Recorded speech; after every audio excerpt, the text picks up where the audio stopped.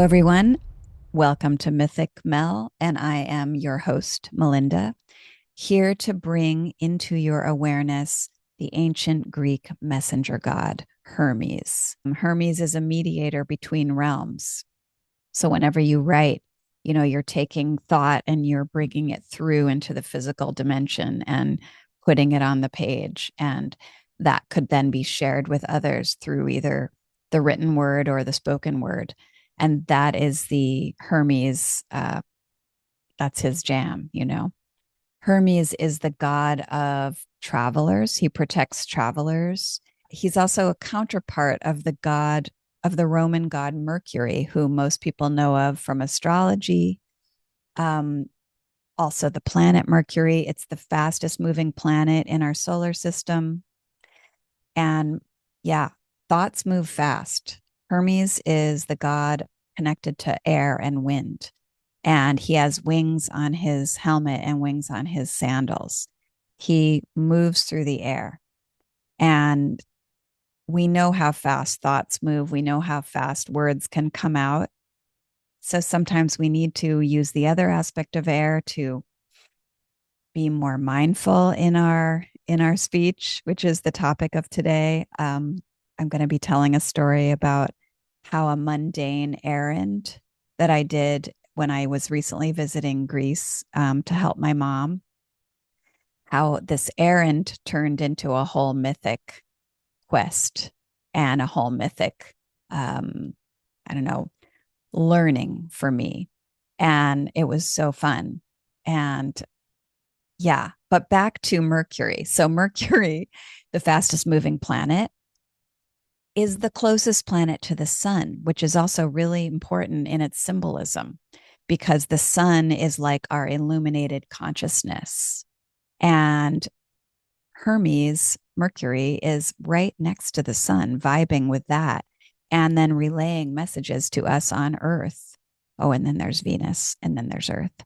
But isn't that interesting? Sun, Mercury, Venus, Earth, love at the planet of desire and the planet of communication, and right next to the sun, our illuminated consciousness that like gives us life on Earth. Yeah, all of that mediated through Mercury. Mercury is a dear planet to me because it rules my sun sign of Virgo. And, you know, I guess today's topic really is a good reflection of how my Mercury led Virgo operates, because Virgo we know is kind of a she's a purifier. She likes to be harvesting just the best things and then like cutting out the stuff that doesn't belong, but just like tuning into the details of what is maybe the most beautiful word, the most lovely way of putting things together. She's devotional. And she's choosing her words, yeah, wisely, hopefully. And that's very Hermes in his mindful aspect of like speech. So yeah, where your Mercury falls in your chart, everybody has a different placement and a different house that could determine like how you like to communicate, how you like to learn. Not everybody has the same learning style, right? We know that. Some people like a very grounded, like step by step, okay, but earthy, um, practical way of being taught. And some people like analytical or conceptual up here. And yeah, it just all kinds. It's amazing how many different ways of communicating there are. I'm going to try not to digress. I just keep having, Hermes keeps sending me different thoughts, and I'm like, yes, let's stick to the structure. Stick to the structure. But so yeah, today is a day for talking about Hermes and how I met him. What happened is I went to this shop and there were 15 speech rules hanging there. I'm not going to say all of the speech rules now, but they were all connected to like how it would be good to speak and why, for the goodness of our own soul and for society overall. And in this day and age of like rampant speech and a lot of not wonderful, not affirming speech, I thought it was important to talk about and fun to bring on to the podcast. Hermes Trismegistus aspect, sort of alchemist Hermes, teaches us to be intentional and responsible with our words. In fact, in the Energetic Alchemist Oracle deck, Hermes shows up in the card that is called Responsibility. It is part of the Earth section of the deck, and it's number 29, which is 11 numerologically, the master intuitive. And it features Hermes holding the emerald tablet, which really is the seeds of all of the Hermetic teachings about how all is mind and as above, so below. You may have heard of some of these. All these ideas are contained within this emerald tablet and the Kabbalion. But the responsibility card is really saying, okay, this is the what was written. Now take it and plant it in the seed of your being and put it into practice. Allow it to grow within you. Allow the wisdom teachings of Hermes to grow and inform your life, because otherwise it's just empty words. So we want to be responsible with our words. They are the spells that shape our lives, and they even can shape our body and how our body feels. If we speak poorly to ourselves, that's going to affect our body. If we speak uplifting words, that's going to make someone smile. So we do want to be mindful about our speech. And, it's hard to do that when we don't feel good. We start to transmute the way that we feel through sometimes positive affirmation, which works for a lot of people. Sometimes just doing harmonizing body practices like Qigong or Tai Chi or yoga, and breathing with a sense of love and compassion into the body rather than beating ourselves up, and speaking ill of ourselves or others. But yeah, we're often unconsciously speaking from defensive ego or patterns of ways our families talked, and we're just sort of repeating it. Like you may have found yourself even thinking thoughts in your life which weren't yours. You suddenly are like, wait a minute, is that what I really believe? Is that what I really think? Or is that what my so and so always said? And we have to examine our words and our energetics. Because if our ways of speaking aren't sifted through this higher vantage point, we can definitely stay stuck in icky situations that we tend to complain about. And our speech can hold us hostage in yucky old stories that don't really, they're just no fun. So if you want to if you find yourself in a cycle of like repeating the same complaints over and over, or you just stuck in this kind of loopy cycle, or if you feel your body is clenching around words or fears, you might be needing a little Hermes Trismegistus throat chakra alchemy. Hermes governs thresholds also and boundary crossings. So I love this aspect because every time you cross into another room through a doorway, you could just like summon Hermes to be there as a wisdom guide in that moment for like, consider how you want to use your breath as you enter that room. how are you going to move into the next encounter that you have with another person? You're in charge of your frequency and your thoughts. And whatever their thinking and their frequency is doesn't have to impact you or knock you off your square, so to speak. You get to set your thoughts and your words as you travel into the next space. Because again, Hermes is there at all thresholds, and threshold of your mouth. Your mouth is a portal, your ears are portal, your eyes. And you want to check in with all of those orifices for the frequency of the nourishment that's coming in or out of you. You know, Hermes is anywhere perception or exchange occurs. He governs any form of divination, not just tarot, but also doing podcast hermeneutics around signs and key shops, or throwing dice, or reading tea leaves or coffee grounds, and even is embedded in science and math and sacred geometry.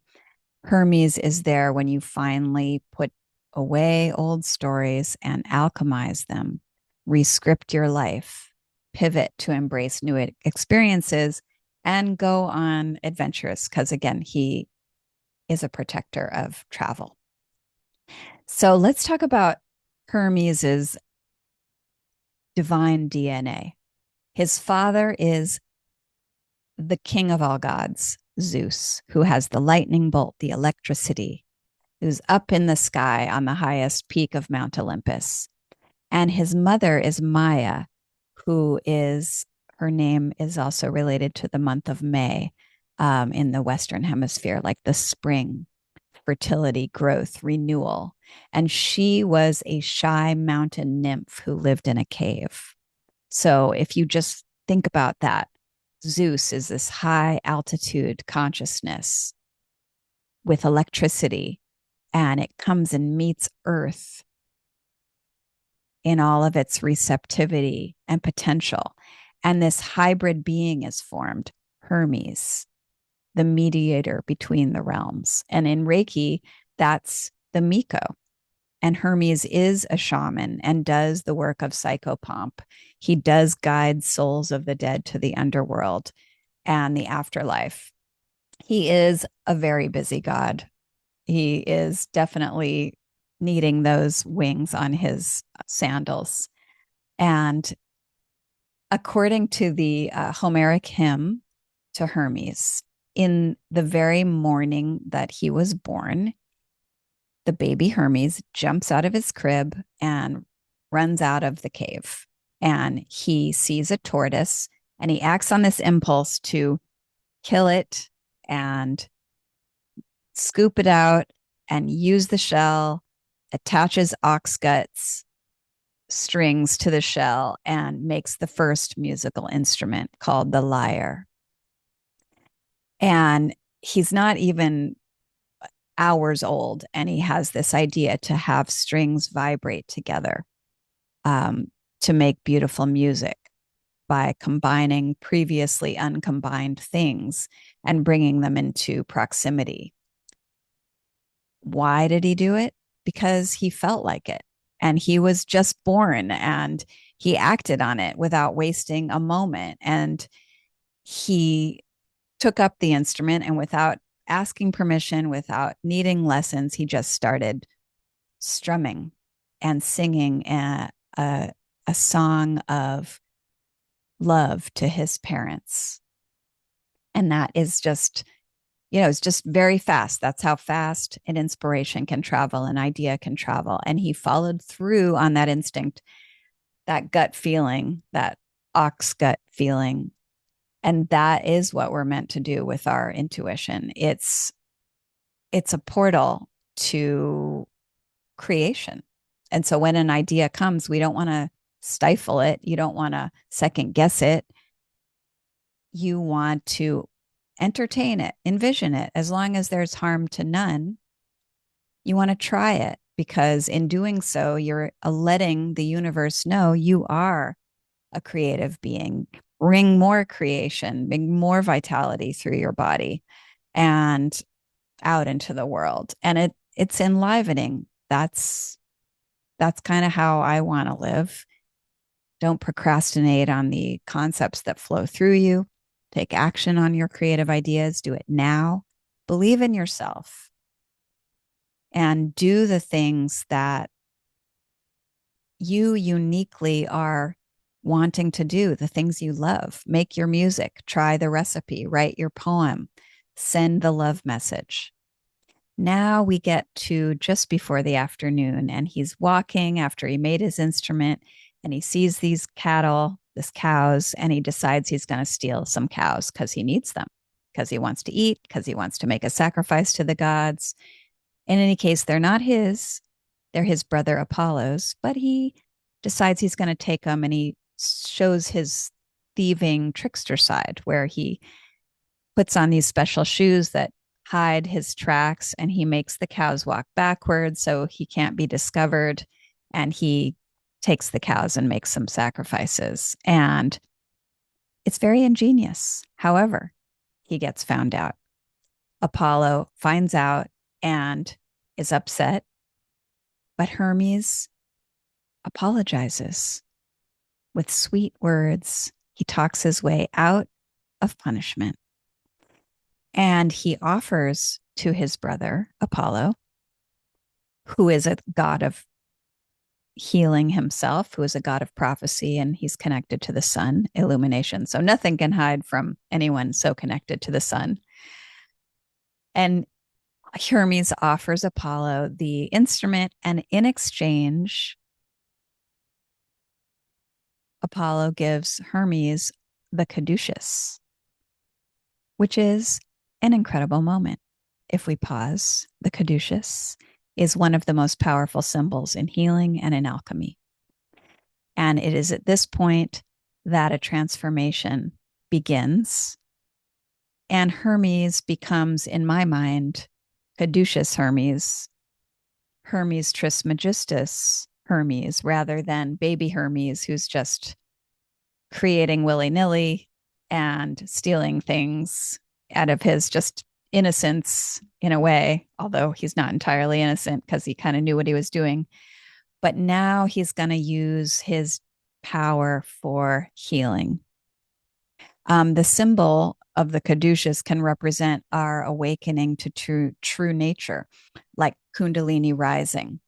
And I could spend hours talking about this symbol because it is so incredible, but I'm not going to today. But if you want to understand the full breadth of my enthusiasm for it, I will be teaching an online workshop around sacred shapes and putting them into movement in our body as part of the second annual Awakening Conference, September 18th through 20th of 2026. And even if you can't join live, recordings will be available. And the link to that workshop will be in the show notes. But back to the myth. It's now, again, the afternoon of his birth. Apollo has given Hermes the caduceus. So there's this exchange that has happened, and Hermes has gained a powerful wand for healing. Hermes himself kind of alchemizes through his various mythological stories into a wise one.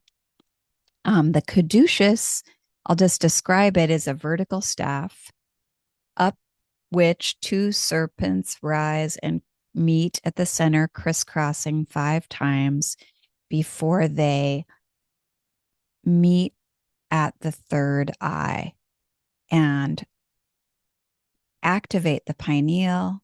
And then this sort of orb of greater, higher consciousness rises up and wings spread outward toward wisdom and understanding. It's a wand of power and balance and reconciling opposites. But the secret is, the hidden meaning of it is that it is within us all, and that it is a technology we are all capable of activating or singing to or embodying or visualizing. And we can use it as a tool to harmonize our inner self and come into equanimity and peace and raise our vibration and our consciousness in order to use our speech to heal instead of harm. Yeah. So we want to mind our speech and not use, I don't know, junk food language, negative self talk, and don't even take our own thoughts that are negative too seriously. Detach from the thinking mind. Not all the thoughts we think are to be taken seriously. Some, yes, okay, but we know the difference between fear and worry thoughts that and things we have no control over, and the kinds of higher vibration thoughts, remembering that all of the hermetic laws that, there is a time for everything, unto everything there is a season, there is an ebb and flow to life. All of the philosophical ideas that are contained within the Kabbalion are there to soothe us, and not just to soothe us into just doing nothing, but to make us just have a higher understanding of what is happening in life. That there is a reason for what is happening, cause and effect. That's the law of cause and effect. And that sometimes we need to tap into our divine masculine if we're too passive in our life, or sometimes we need to tap into our divine feminine if we're being too aggressive and not listening to anybody. So, yeah, there's just wisdom in the Hermetic principles.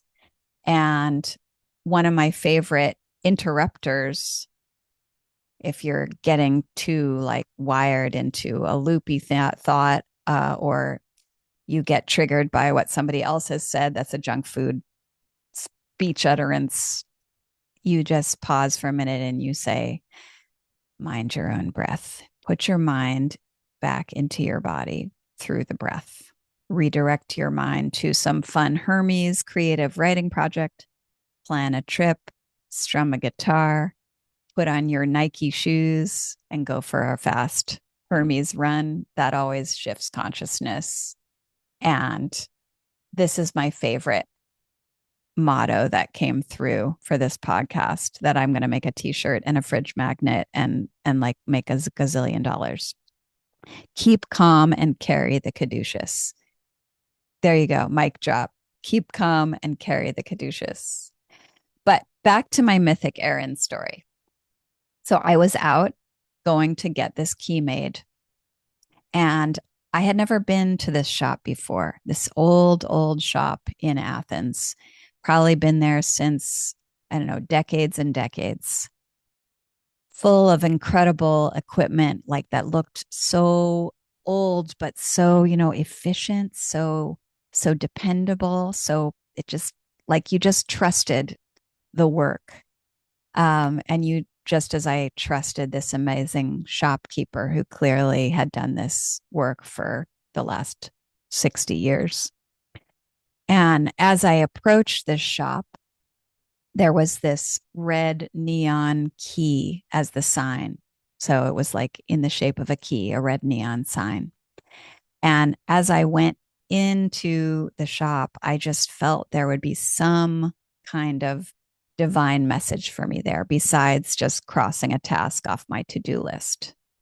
If you think about it, a key, the key itself is a symbol. It's something that has the power to open a doorway, that's been locked and reveal something new. And since we know that Hermes is present for all thresholds and for reading signs, you walk into a shop with a key and you're like, what message will be delivered? And my intuition was correct. That's when I saw this sign on the wall. And it was carefully printed in Greek and it was titled Mottos of Self-Mastery of the Tongue. Mottos of Self-Mastery of the Tongue. And it really just attracted my attention like a beacon. And it was also funny because it was a literal sign and it felt like a sign, if you know what I mean. And there were 15 rules listed. designed to be ethical guidance on how we should use language in a way that's just and fair and right and kind and improves not just our character, but society.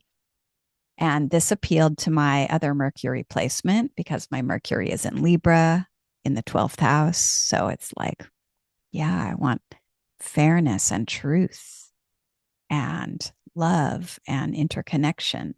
And we are all one. And I was vibing with this poster. This was definitely unexpected. I didn't think I would see something so cool at the locksmith.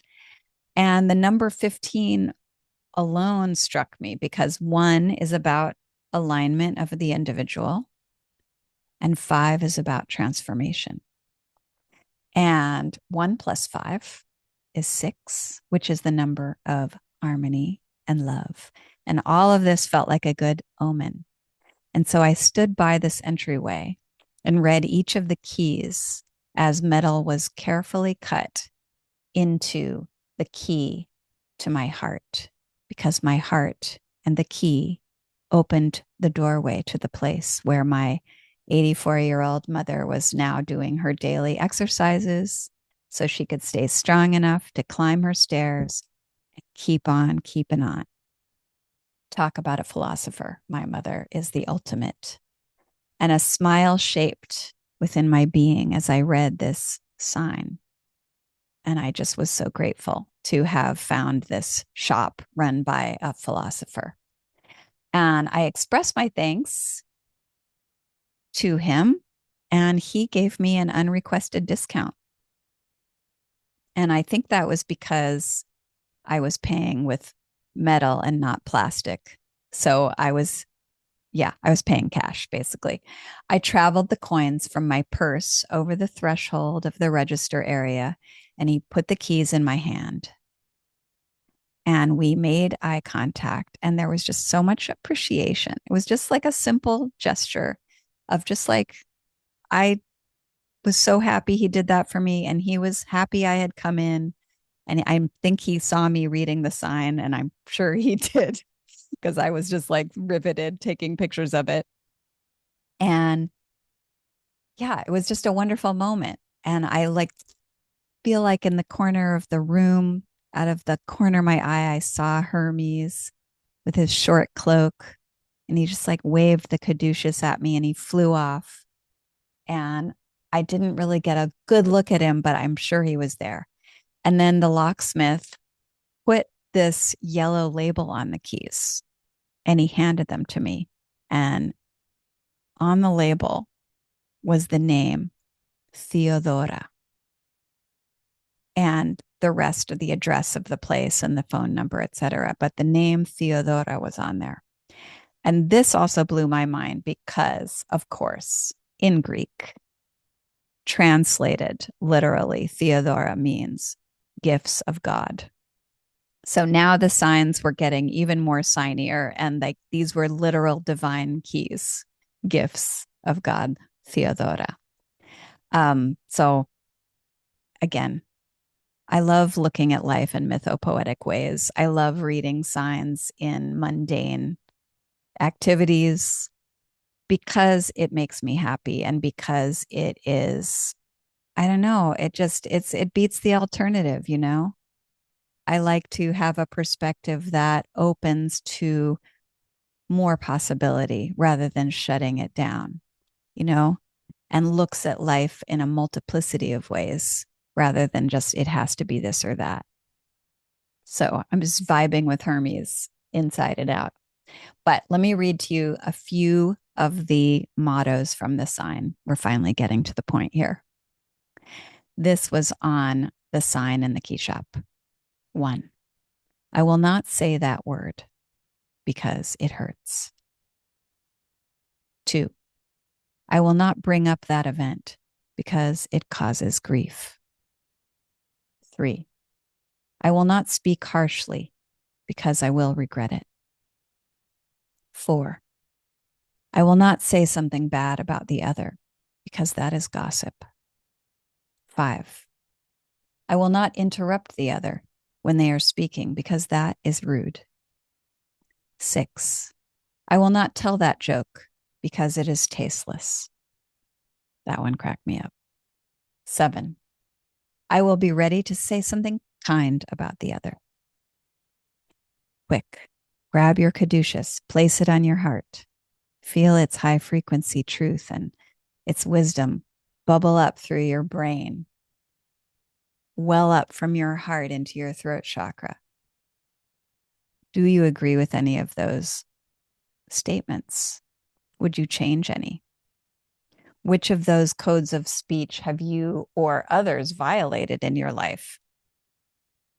What codes of speech would you take the time to type up, print out, frame, laminate, and hang where you work every day? I feel like Professor Hermes coming through with a homework assignment. Yeah.